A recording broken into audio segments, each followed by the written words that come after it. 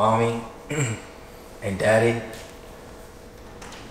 I want to drop out of college. Why?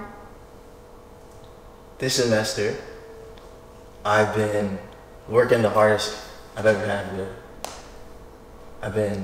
Last semester, my calculus class, my midterm got a 24%, and then I dropped the class. This semester, I was locking back in. I was like, all right, I'm gonna do this, I'm gonna get this done. I sat in the front, I paid attention, improved my focus, went, met the teacher, did everything, went to tutoring hours, and eventually took the exam again. And this time I got 100 on this exam. And I remember looking at the exam and thinking about all the time that I spent getting this exam, getting the grade. And I realized that with computer science, I'm gonna be putting in so much time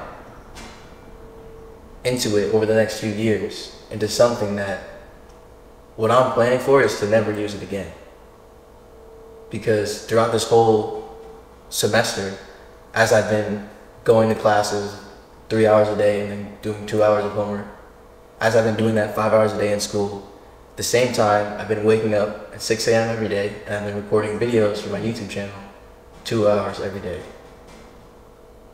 And as you know, for the past few years, self-improvement has been my main obsession. All the way back in middle school, when it was graduation, I did a speech on self-improvement. That was the start of my journey. And then freshman year, I took a public speaking course, and that's when I read How to Win Friends and Influence People to improve my social skills. And then sophomore year rolled around, and that was the pandemic, where I got depressed, and that's when I made the book club, Atomic Habits, and I taught my friends how to build new habits. Then junior year rolled around, I continued Atomic Habits book club, and that's also when I started my mental health podcast, and I continued that into senior year. And Dale, we know all that. I know, but I'm just trying to make sure that you understand. We know that. This is who I am. We know that too. Did you eat tonight? I did eat tonight. Okay. I ate tonight. It's easy to talk when you got a full stomach. We're trying to make it so that you don't have an empty stomach. You think this food just appears? All the food you eat, the clothes you wear, the glasses you have on, The sealants that you got, the dental cleaning that the you got? camera that you have, everything that you've come in contact with, the necklace on your neck, who got that? Who paid for that? You might have had money in your Who bank paid account. for You it? might have had money in your bank account, but you didn't earn that Answer the money. question. You Who didn't- paid for it? You didn't earn it I'm from asking. your own money. Who paid for it? I mean, Just say that. You got it's an easy question. well, it's probably from Who pays Christmas, for it? Christmas. Christmas money? Yeah. Who gives you Christmas money? The family, What family? Who? everyone, Throw a name. auntie, Where'd she get money from? from her job, How'd she get that job? from working, What did she What'd she do? do? to work in pharmacy, What qualified her to do that? to go to school, Okay. What about that watch? same thing. Where'd that come from? The money I had in my bank account Yeah. was from holiday money. Holiday money? Yeah. What about that shirt? This is from clearance. Clarence gave it to you? Oh, clearance. Mhm. All we got is on clearance. Who got it? Mommy? Yeah, mama got it. Where mommy get money from? Her job, How'd she get that job? working For who? for the hospital, What qualified her to do that? school. Where you get that camera from? I bought it With what? with my candy money. Candy money? hmm Okay, where you get the candy money from? I got it from selling candy at school. Yeah? Mhm. Who bought the candy? I used the money to buy the candy, but you helped Who'd me you buy sell it. it to? I sold it to kids at school. So the kids, where they get the money from? They got it from their parents. Yeah? Where do you think their parents got it from? Most of them, on average. Everyone's different. Their job. Their job, right? How long did Candy Money last you? Oh, that's me. The cost of that camera, huh? Well, How I much candy did you have to sell? sell a lot of candy. You think $500 is gonna pay your expense of living? No. The point I'm making is, my job is not to tell you what to do. My job is to make sure that you don't do something that could harm yourself. That's at this point. You're an adult, right? That's my role, right? To make sure that you make the right decision, even though you may not think it's the right decision. So, like I said, I can't tell you what to do. All we can do is just look around us and just see examples, right?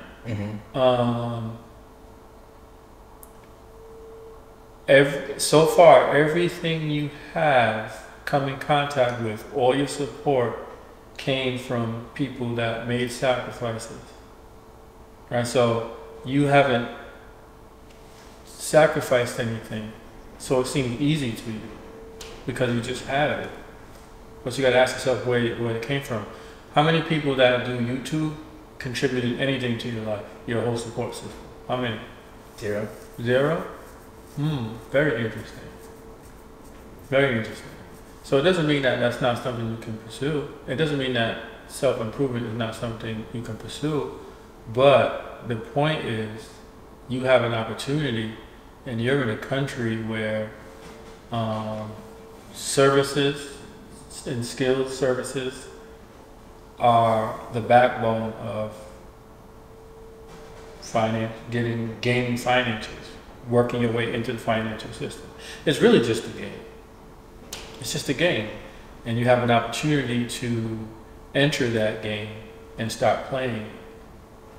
And I think that if you don't take advantage of it, the risk you run is in when you get 26, 27, 28, and life is different,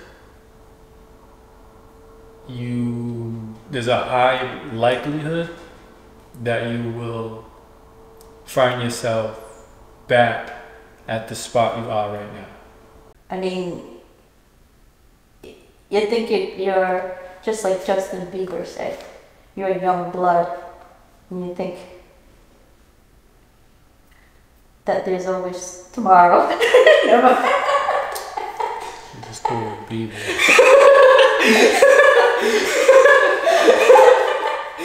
Sorry, that was relevant.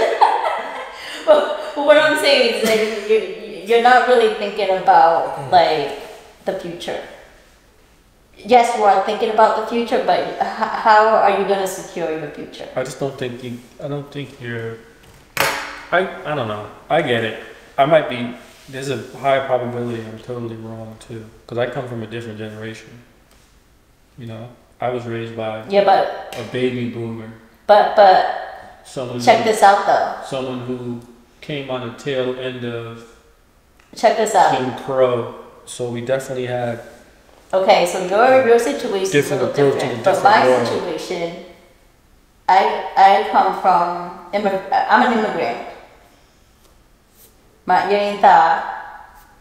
You know, in Cambodia, there's nothing there. It's like poverty. We came here, and Matye took the opportunities that they had here. And considering their age, they did very well for themselves. And they provided us the opportunity to do something and make sure that our future is secure. So we can also provide the same opportunity for our kids to make sure that their future is secure. Because you know what? Like at the end, you're gonna have to be able to support yourself. Do you know how to run a business? No. Do you think that's important to learn? Yes. Okay. So, you know, here you go, you have an opportunity to take some business classes and you're like, no. And you want to do it. You don't want to do it. You know, whatever you do as far as making money as a business, you know that, right? See, that's what doesn't make sense. See, with the self-improvement thing, I get it. I already knew that's the way you were, where you're at. I already knew. I even said that to mom. I just know. But that's not an excuse to not continue on your path. That doesn't make sense. If self-improvement is what you want to do, you need to seek out the resources in the environment that you have now and figure out how to use them to your advantage. You think self-improvement people just want to just give you money? How are they going to pay? Ain't nobody going in their pocket and pulling out a knot so they can go get some self-improvement. It don't work that way, bro. It don't work that way. You got to figure out how to build a real business. And I know there's a business in there, and I understand, I see where you're going. But it's going to be a lot of hard work, and you're going to need a lot of skills, and you're going to need to build it over time. Yes. And I do see it happening for you. I just don't think not taking responsibility for your own life and magically thinking somebody else is going to float the bill for you until you figure things out doesn't make sense. And the thing is, these days, there are a lot of young people who are living with their parents because they can't afford to get their own house. Why can they not afford to get their own house? They don't have qualifications to get a loan because the loans are really strict. Their debt's too high. It seems like a young and they don't have enough income. Most hustlers I know, they say, listen, this is my plan. I'm gonna stack some money, I'm gonna get my money up, and I'm gonna make this move. I ain't never heard getting money up in your plan. It just sounds like you're just gonna sit around here and figure out whatever you need to figure out while someone else is keeping the lights on.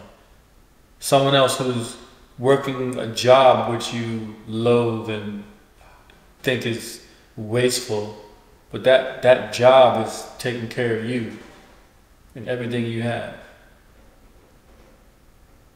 So one of the biggest things that I see for you is you always run from the hard work.